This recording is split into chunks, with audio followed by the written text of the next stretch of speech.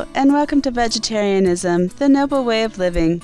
On yesterday's episode, we joined Chef Valerie, or Macro Val, in her kitchen to learn 2 new recipes. For a dozen years now, Chef Valerie Wilson has specialized in teaching cooking classes using macrobiotic, organic, sugar-free, dairy-free, wheat-free, high-fiber vegetarian techniques. Today, she'll show us how to make the Millet Tempeh Loaf with a vegan gravy as the finishing touch. And when the cooking's done, we'll get to sample these sumptuous dishes. We will make the Millet Tempeh Loaf now. So the first thing we need to do is to saute our tempeh. Now this is tempeh. It comes in a block like this, and you find it in either the refrigerated section or the frozen section. It's made from soybeans that have been partially cooked and then fermented. Naturally fermented food means that it's very easy to digest. It's full of enzymes and amino acids, okay? And being that it's made from soybeans, it's really high in protein. But some people have a problem digesting beans because of the high protein content. In a fermented form like tempeh, makes it very easy to digest. And also tempeh, being made with soybeans, has all those anti-cancer properties in the soybean that you've been hearing all about in the news. So what we need to do with the tempeh is we need to crumble it. And the easiest way I have found to crumble it is just put it in a food processor like this. And just puree it up until it's into little pieces, basically, okay?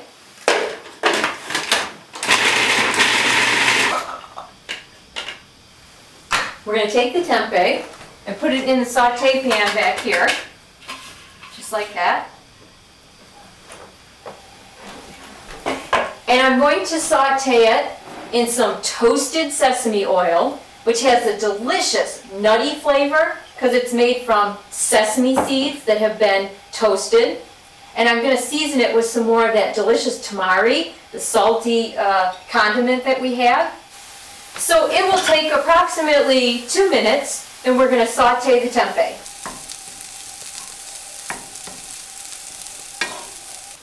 Next we need to dice a half an onion for this recipe. And let me tell you a little tricks of the trade here. If you soak your onion in some cold water, this not only makes it easy for the peel to come off, it also eliminates all that terrible tearing that happens when you try and dice an onion. So I have half an onion here. I'm just going to remove the peel off there. You always want a wet cutting surface. Okay, what this does is this fills in the pores of the wood so the wood doesn't absorb the odor and the color of whatever vegetable you're cutting. So your cutting board will never end up smelling like the onion as long as you have a nice wet cutting surface. With your kitchen knife, what you want to do is get a really nice sharp kitchen knife that's going to go through the vegetables for you. Just hold the knife like this next to the blade. It makes it so much easier to go through. Now when I dice an onion, what I like to do is go straight up and down like that, okay? And I like to keep the onion together. And then I turn the onion and I go straight up and down, just like this, and get diced onion. Now, I think the tempeh is done. So what I'm going to do is I'm going to put everything that we're going to mix together to make this loaf, we're going to be putting it in this big bowl to mix everything together. So there's the tempeh for you in the big bowl. And now I'm going to use this same saute pan, and I'm just going to saute the onions. And I'm going to saute the onions in the same toasted sesame oil with a little splash of tamari to give it some flavor. So it should only take maybe 2 to 3 minutes for the onion to saute. Moving on, the next thing that's going to go into our loaf is some delicious minced garlic. So here's some garlic. We're putting 3 cloves in this recipe. Take the garlic clove, put it on the cutting board, and just gently give it a couple cracks like that. What that does is it cracks the skin of the garlic so you can just peel the garlic right out of there. And then you just basically chop the garlic until you get really, really small pieces. Now garlic, of course, is so medicinal for you. They've been using it in herbal medicine for thousands of years. Whenever you have a cold, they always say to have food with garlic in it because it helps kill the bacteria that might be causing you to have that cold. Okay? So the garlic itself, though, only gets cooked for about a minute in a saute pan. If you cook it longer than a minute, it tends to get bitter tasting. So let's throw it in here in the saute pan with the onions. Meanwhile, let me tell you about millet. Millet is another main part of this recipe. Millet is a whole grain, which is also called a complex carbohydrate. Complex carbohydrates are what gives your body energy, long, sustainable energy that lasts throughout the day, because it releases glucose very slowly into your system. So you want to start including these whole grains into your diet, such as the delicious millet. Now, millet helps feed and nurture your spleen, pancreas, and stomach. Your middle organs here. These are the organs that help you deal with stress, okay? So millet can be considered anti-stress food also. Millet is the only grain that is slightly alkalizing, and it's really important you want your body to be slightly alkalized because disease lives in acidic condition. Millet is also the main food of the Hinza people that live in Asia, people that live a really, really long time. Millet is also very high in iron. Once you cook the millet, it becomes this delicious, creamy grain. Let me get the onions and the garlic. I don't want to overdo the garlic. Let's put the onions and the garlic into the bowl. Here's our 2/3 cup of water. Pour it into the hot saute pan, and you get all that delicious seasoning from the bottom of the pan. Pour that in there. It gives you a little extra flavor. Millet is cooked very similar to brown rice. For this recipe, you take 1 cup of millet and 2 cups of water, bring it to an open boil, and then you put it on a simmer for about 20 minutes until all the water has been absorbed, and this is what it looks like. So now we're going to add the millet to our big bowl of ingredients here. Everything that we need for our loaf. We have some delicious rolled oats. Rolled oats are an excellent winter food. They impart warmth and stamina into your body, can help reduce cholesterol also. Walnuts. We're going to put some delicious walnuts into this recipe. And of course, walnuts have omega-3 fatty acids in them, but they're also known as being signature brain food. They feed and nurture your brain. In Oriental medicine, whenever a particular food looks like an organ in your body, it feeds and nurtures that organ. So of course walnuts look just like your brain. We're going to put the walnuts in the food processor, chop them up until they're really, really fine. That goes into the bowl. And that was a 1/4 cup of walnuts. Next we'll be adding some of our delicious salty condiment, the tamari. We'll be adding some tahini. Tahini is made from sesame seeds, and sesame seeds are very high in calcium. This is good quality fat, the type of fat that your body needs in order to maintain health and longevity. And then we have some spices. We have a 1/4 teaspoon of paprika. We have 1 teaspoon of basil. And we have a 1/2 teaspoon of marjoram. So with the loaf, what you do now is you just mix everything together. Get yourself a loaf pan that's oiled, because you don't want the loaf to be sticking, right? And you put this into the loaf pan, bakes at 350 degrees for 1 hour.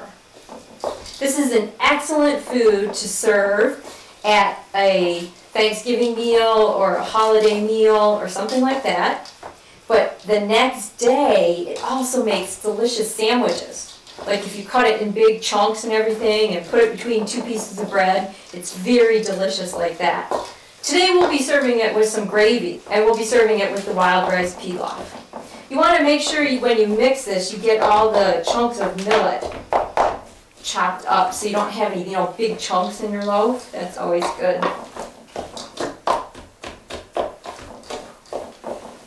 And then you just put it in the loaf pan. This will take 1 hour in the oven, And then you always want it to let it rest for about 5 or 10 minutes before you try and take it out of the loaf pan and cut it and serve it.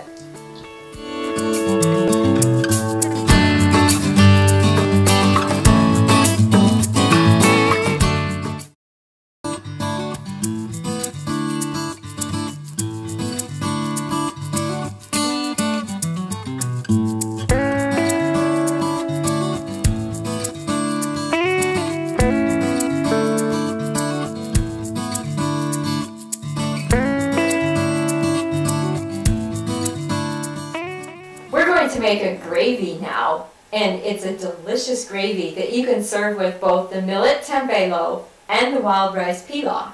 So the first thing we need to do is just get some water, put it in a pot, and bring it to a boil on the stove.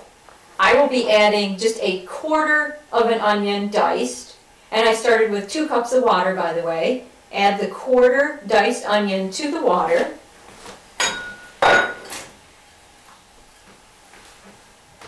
We will season the gravy with the tamari and a little bit of sea salt. It's very important to use sea salt in your cooking because it's high in minerals and trace minerals, and it's very good for you.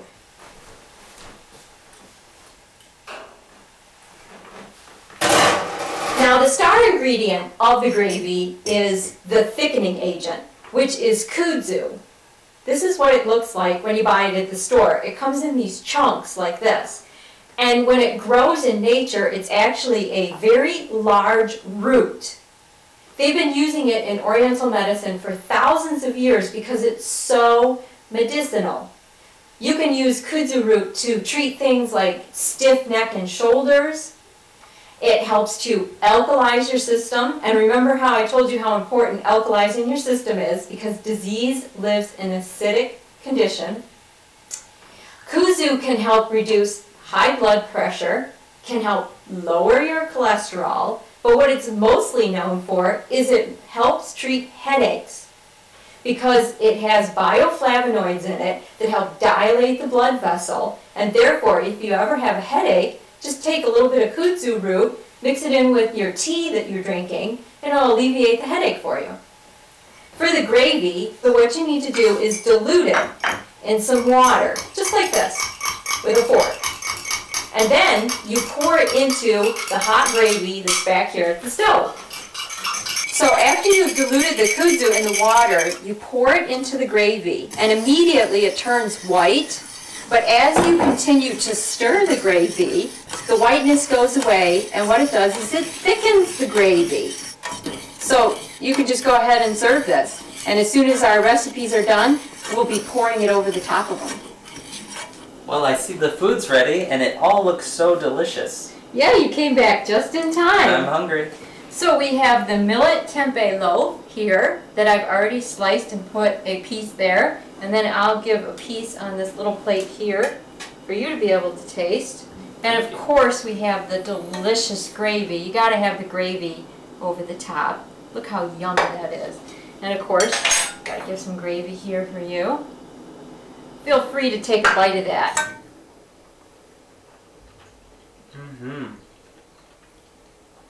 It is creamy. Creamy. The millet. Wow, Yeah. Very good. Thanks. Wonderful. And then of course we have the wild rice pilaf here. We'll serve some of that up. And that needs the gravy to complement it also. There you go. What do you think of that one? It smells delicious.